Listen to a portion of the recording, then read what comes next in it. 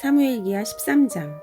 그 뒤에 이런 일이 있었다. 다윗의 아들 압살롬에게는 아직 결혼하지 않은 아름다운 누이가 있는데 이름은 다말이었다.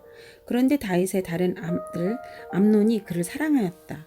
암논은 자기의 누이 다말을 사랑하였으나 처녀이므로 어찌할 수 없는 줄 알고 병이 나고 말았다. 암논에게는 요나답이라고 하는 친구가 있었는데 그는 다윗의 형 시므아의 아들이다. 요나답은 아주 교활한 인물이었다. 마침 그가 암논에게 물었다. 왕자님, 나날이 이렇게 안색이 수척해지시는데 웬일이십니까? 나에게 그 까닭을 알려주시지 않으시겠습니까? 암논이 그에게 말하였다. 나우 아우 압살롬의 누이 다말을 내가 사랑하고 있기 때문이요. 그러자 요나답이 그에게 제안하였다. 왕자님은 침상에 누워서 병이 든 채 하십시오. 부왕께서 분병하러 오시면 누이 다말을 보내달라고 하십시오. 누이 다말이 와서 왕자님이 드실 음식을 요리하게 하면 좋겠다고 말씀하십시오. 다말이 왕자님 앞에서 음식을 요리하면 왕자님이 그것을 보면서 그의 손에서 직접 받아 먹고 싶다고 말씀드리십시오. 그리하여 암논이 침상에 누워서 병든 채 하고 있으니 과연 다윗 왕이 그를 문병하러 왔다. 그때 암논이 왕에게 요청하였다. 누이 다말을 보내주십시오. 제가 보는 앞에서 누이가 맛있는 빵 몇 개라도 만들어서 그것을 저에게 직접 먹여주게 하여 주십시오. 다윗은 다말의 집으로 사람을 보내어 지시하였다. 어서 내 오라비 암논의 집으로 가서 그에게 먹을 것을 좀 만들어 주어라.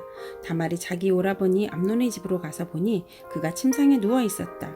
다말이 밀가루를 가져다가 이겨서 그를 보는 앞에서 맛있는 빵 몇 개를 빚어 잘 구웠다. 그리고 다말이 냄비째 가져다가 암논 앞에서 그릇에 담아 주었으나 암논은 먹을 생각은 하지 않고 사람들을 다 밖으로 내보내라고 말하고는 사람들이 모두 밖으로 나간 뒤에 다말에게 말하였다. 그 빵을 이 침실로 가지고 들어와서 내가 손수 나에게 먹여다오. 그래서 다말은 손수 만든 빵을 들고 자기 오라버니 암논의 침실로 들어갔다. 다말이 그에게 먹여주려고 다가가니 그는 다말을 끌어안고 함께 눕자고 하였다. 다말이 그에게 말하였다. 이렇게 하지 마십시오, 오라버니. 이스라엘에는 이러한 법이 없습니다. 제발 나에게 욕을 보이지 마십시오.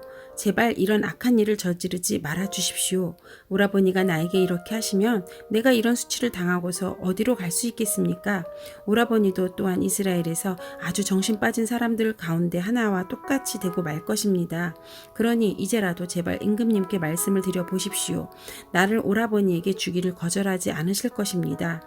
다말이 이렇게까지 말하는데도 암논은 다말이 애원하는 소리를 들으려고 하지도 않고 오히려 더 센 힘으로 그를 눕혀서 억지로 욕을 보였다. 그렇게 욕을 보이고 나니 암논은 갑자기 다말의 몹시도 미워졌다. 이제 미워하는 마음이 기왕에 사랑하던 사랑보다 더하였다. 암논이 그에게 당장 일어나 나가라고 소리를 버럭 질렀다. 그러자 다말이 암논에게 말하였다. 그렇게 하시면 안 됩니다. 이제 나를 쫓아내시면 이 악은 방금 나에게 저지른 악보다 더 큽니다. 그런데도 암논은 다말의 말을 들으려고 하지도 않고 오히려 자기의 시중을 드는 하인을 불러다가 명령하였다. 어서 이 여자를 내 앞에서 내쫓고 대문을 닫고서 빗장을 질러라. 암논의 하인은 공주를 바깥으로 끌어내고 대문을 닫고서 빗장을 질렀다. 그때 다말은 소매에 색동으로 술을 놓은 긴 옷을 입고 있었다. 공주들은 시집가기 전에는 옷을 그렇게 입었다. 이제 다말은 머리에 재를 끼얹고 입고 있는 색동 소매 긴 옷도 찢고 손으로 얼굴을 감싼 채로 목을 놓아 울면서 떠나갔다. 다말의 오라버니 압살롬이 다말을 보고 물었다. 내 오라비 암논이 너를 건드렸지? 얘야, 암논도 내 오라비니? 지금은 아무 말도 입 밖에 내지 말아라. 이 일로 너무 근심하지 말아라. 그리하여 다말은 그의 오라버니 압살롬의 집에서 처량하게 지냈다. 다윗 왕은 이 이야기를 모두 듣고서 몹시 분개하였다.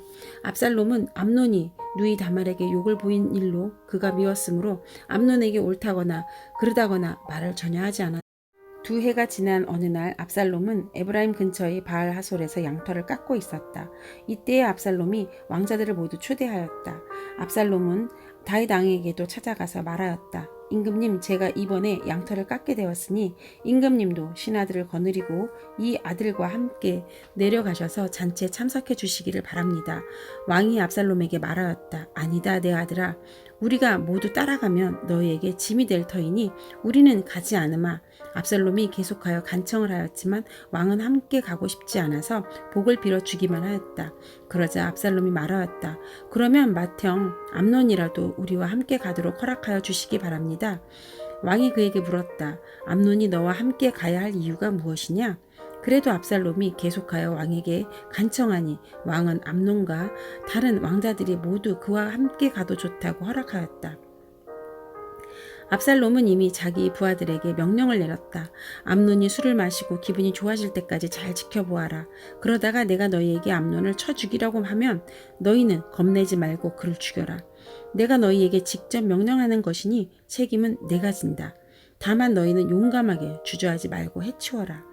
마침내 압살롬이 부하들은 압살롬의 명령을 따라서 하라는 대로 암논에게 하였다. 그러자 다른 왕자들은 저마다 자기 노새를 타고 달아났다. 그들이 아직도 길에서 달아나는 동안에 다윗에게는 압살롬이 왕자들을 모조리 쳐 죽여서 한 사람도 살아남지 못하였다는 소식을 들었다. 왕은 자리에서 일어나서 입고 있는 옷을 찢고 땅바닥에 누워버렸고 그를 모시고 서 있는 신하들도 다 옷을 찢었다. 그때 다윗의 형 시므아의 아들인 요나답이 나서서 말하였다. 임금님, 젊은 왕자들은 모두 살해되지 않았습니다. 암논 한 사람만 죽었습니다. 암논이 압살롬의 누이 다말을 욕보인 날부터 압살롬은 그런 결심을 하고 있었습니다. 그러니 이제 높으신 임금님께서는 왕자들이 다 죽었다고 하는 뜬소문을 듣고 상심하지 마십시오. 암논 한 사람만 죽었을 따름입니다. 그 사이에 압살롬은 도망쳐버렸다. 바로 그때 예루살렘의 보초병 하나가 호로나임 쪽에서 많은 사람이 언덕을 타고 내려오는 것을 보고 왕에게 알렸다. 그러자 요나답이 왕에게 아뢰었다. 틀림없이 왕자님들이 돌아오시는 것입니다. 이 종이 이미 말씀드리지 않았습니까? 요나답이 말을 막 마치는데 왕자들이 들어와서 목을 놓아 울기 시작하였다. 왕도 통곡하고 모든 신하도 통곡하였다. 압살롬은 도망하여 구술왕 암미후스의 아들 달메에게로 갔고 다윗은 죽은 아들 암논 때문에 슬픈 나날을 보냈다. 압살롬은 도망한 뒤에 구술로 가서 그곳에 3해 동안 머물러 있었다. 그러는 사이에 다윗 왕은 암논을 잃었을 때 받은 충격도 서서히 가라앉았고 오히려 압살롬을 보고 싶어 하는 마음이 점점 간절해졌다. 사무엘기하 14장. 왕의 마음이 압살롬에게 쏠리는 것을 수르야의 아들 요압이 알았다. 요압이 드고아로 사람을 보내어 거기에서 슬기로운 여인 한 사람을 데리고 와서 부탁하였다. 그대는 초상당한 여인처럼 행동하시오. 몸에는 상복을 입고 머리에는 기름도 바르지 말고 이미 오랫동안 죽은 사람을 애도하는 여인처럼 꾸민 다음에 임금님 앞으로 나아가서 내가 일러주는 대로 호소하시오. 요압은 그 여인에게 할 말을 일러주었다. 드고아에서 온 그 여인은 왕에게로 나아가서 얼굴이 땅에 닿도록 엎드려서 절을 한 뒤에 임금님 저를 살려주십시오 하고 애원하였다. 왕이 여인에게 무슨 일이냐 하고 물으니 그 여인이 이렇게 하소연하였다. 저는 남편이 죽어서 가련한 가부가 되었습니다. 이 여종에게는 2 아들이 있는데 들에서 서로 싸우다가 말리는 사람이 없으므로 아들 하나가 다른 아들을 죽였습니다. 그런데 이제는 온 집안이 들고 일어나서 이 종에게 형제를 때려 죽인 그 아들을 내놓으라고 합니다. 죽은 형제의 원수를 갚고 살인자를 죽여서 상속자마저 없애버리겠다고 합니다. 그들은 저에게 남아있는 불씨마저도 꺼버려서 제 남편이 이 땅에 이름도 자손도 남기지 못하게 하려고 합니다. 다 듣고 난 왕은 여인에게 말하였다. 이 문제를 두고서는 내가 직접 명령을 내리겠으니 집으로 돌아가거라. 그러나 드고아의 여인은 왕에게 아뢰었다. 우리의 높으신 임금님께서 무엇을 하시든지 이 일에 있어서 허물은 저와 저 아버지의 집안에 있습니다. 임금님과 왕실에는 아무런 허물이 없습니다. 왕이 대답하였다. 누구든지 너를 위협하거든 그를 나에게로 데리고 오너라. 아무도 너를 괴롭히지 못하게 하겠다.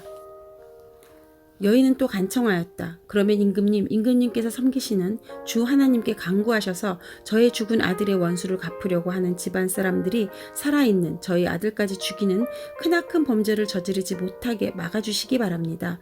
왕이 대답하였다. 주님께서 확실히 살아계심을 두고 맹세하지만 내 아들의 머리카락 하나도 땅에 떨어지지 않게 하겠다. 그 여인이 또 간청하였다. 이 종이 높으신 임금님께 한 말씀만 더 드리도록 허락하여 주시기 바랍니다. 왕이 그렇게 하라고 하니 그 여인이 이렇게 말하였다. 어찌하여 임금님께서는 하나님이 백성에게 그처럼 그릇된 일을 하셨습니까? 임금님께서는 임금님이 친아들인 왕자님이 이 나라로 돌아오는 것을 허락하지 않으셨습니다. 이러한 처사는 지금까지 이 종에게 말씀하신 것과는 다릅니다. 임금님께서는 그렇게 말씀만 하시고 왕자님을 부르지 않으셨으니 이것은 잘못된 일이라고 생각합니다. 우리는 다 죽습니다. 땅에 쏟으면 다시 담을 수 없는 물과 같습니다. 그러나 하나님은 생명을 빼앗지 않으시고 방책을 베푸셔서 비록 내어 쫓긴 자라 하더라도 어떻게 해서든지 하나님께 버림받은 자가 되지 않게 하십니다. 높으신 임금님, 제가 임금님을 찾아뵙고서 이런 말씀을 드리게 된 까닭은 제가 친척들의 위협을 받으면서 이 문제를 임금님께 아뢰면 임금님께서 제가 간구하는 바를 들어주실 거라는 확신이 섰기 때문입니다. 저의 집안 사람들이 저와 저희 아들을 죽이려고 하고 하나님이 주신 이 땅에서 끊어버리려고 하지만은 임금님께서 저희 사정을 들어서 아시면 구원하여 주실 것이라고 생각하였습니다. 이 종은 또 높으신 임금님께서는 말씀으로 저를 안심시켜 주실 것이라고 믿었습니다. 임금님은 바로 하나님이 천사와 같은 분이시니까 저희 호소를 들으시고 선악을 가려내실 것이라고 또 생각하였습니다. 임금님이 섬기시는 주 하나님께서 늘 임금님과 함께 계시기를 바랍니다. 마침내 왕이 그 여인에게 물었다. 너는 내가 묻는 말을 내 앞에서 조금도 숨기지 말고 대답하여라. 그 여인이 대답하였다. 높으신 임금님의 분부대로 하겠습니다. 왕이 물었다. 너에게 이 모든 일을 시킨 사람은 바로 요압이었다? 여인이 대답하였다.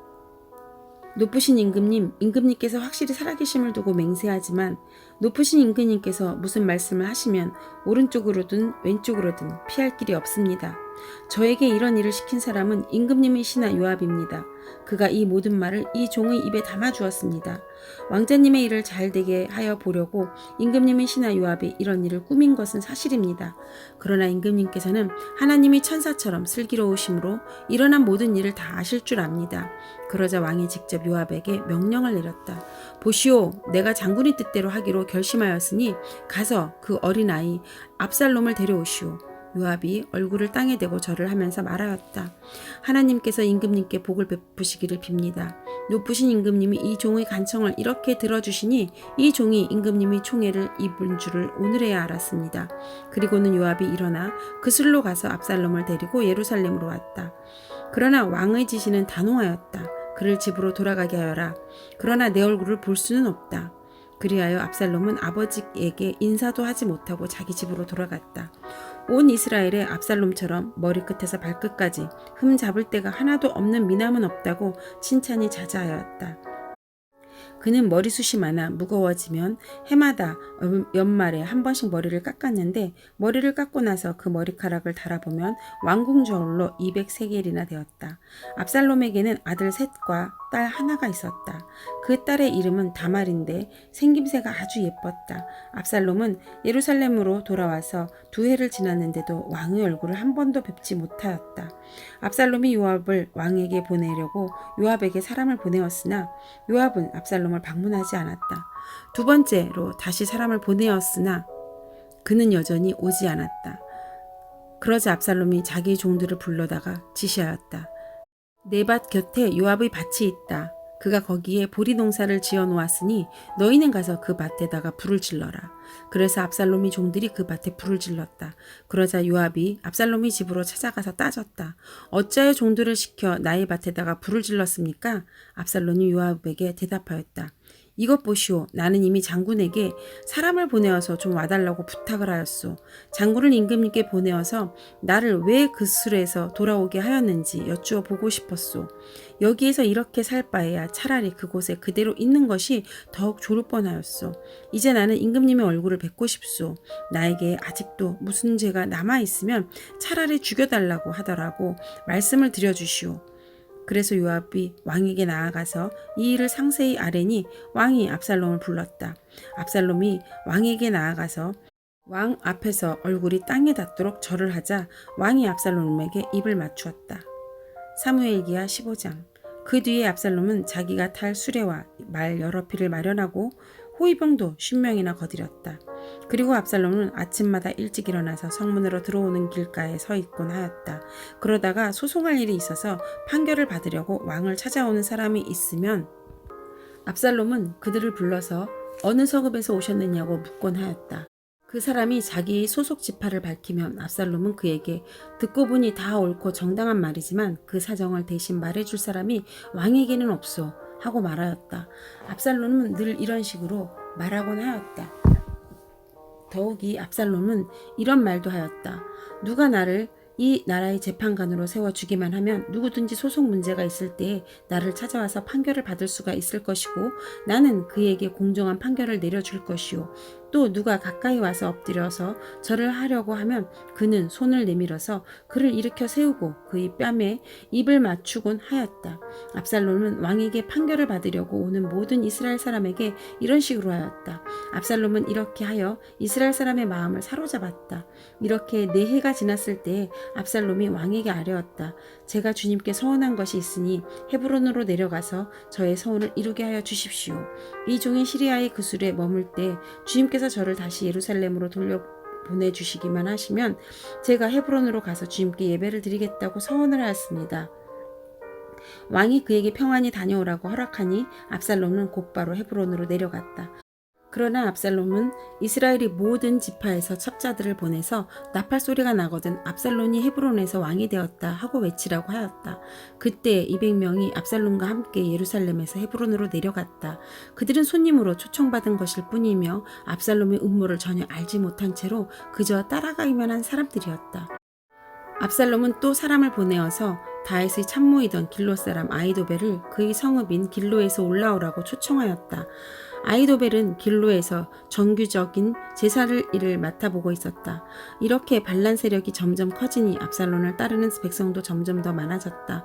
전령한 사람이 다윗에게 와서 보고하였다. 이스라엘 백성의 마음이 모두 압살롬에게 기울어졌습니다.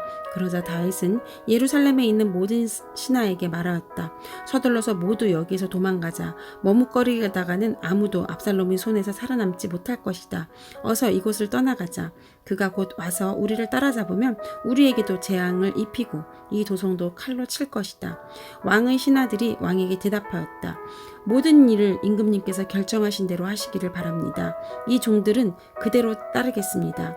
왕은 왕궁을 지킬 후궁 10명만 남겨두고 온 가족을 거느리고 예루살렘을 떠났다. 왕이 먼저 나아가니 모든 백성이 그의 뒤를 따라 나섰다. 그들은 멍궁에 이르자 모두 멈춰섰다. 왕의 신하들이 모두 왕 곁에 서 있는 동안에 모든 그렛 사람과 모든 블레셋 사람이 왕 앞으로 지나가고 가드에서부터 왕을 따라온 모든 가드 군인 600명도 왕 앞으로 지나갔다.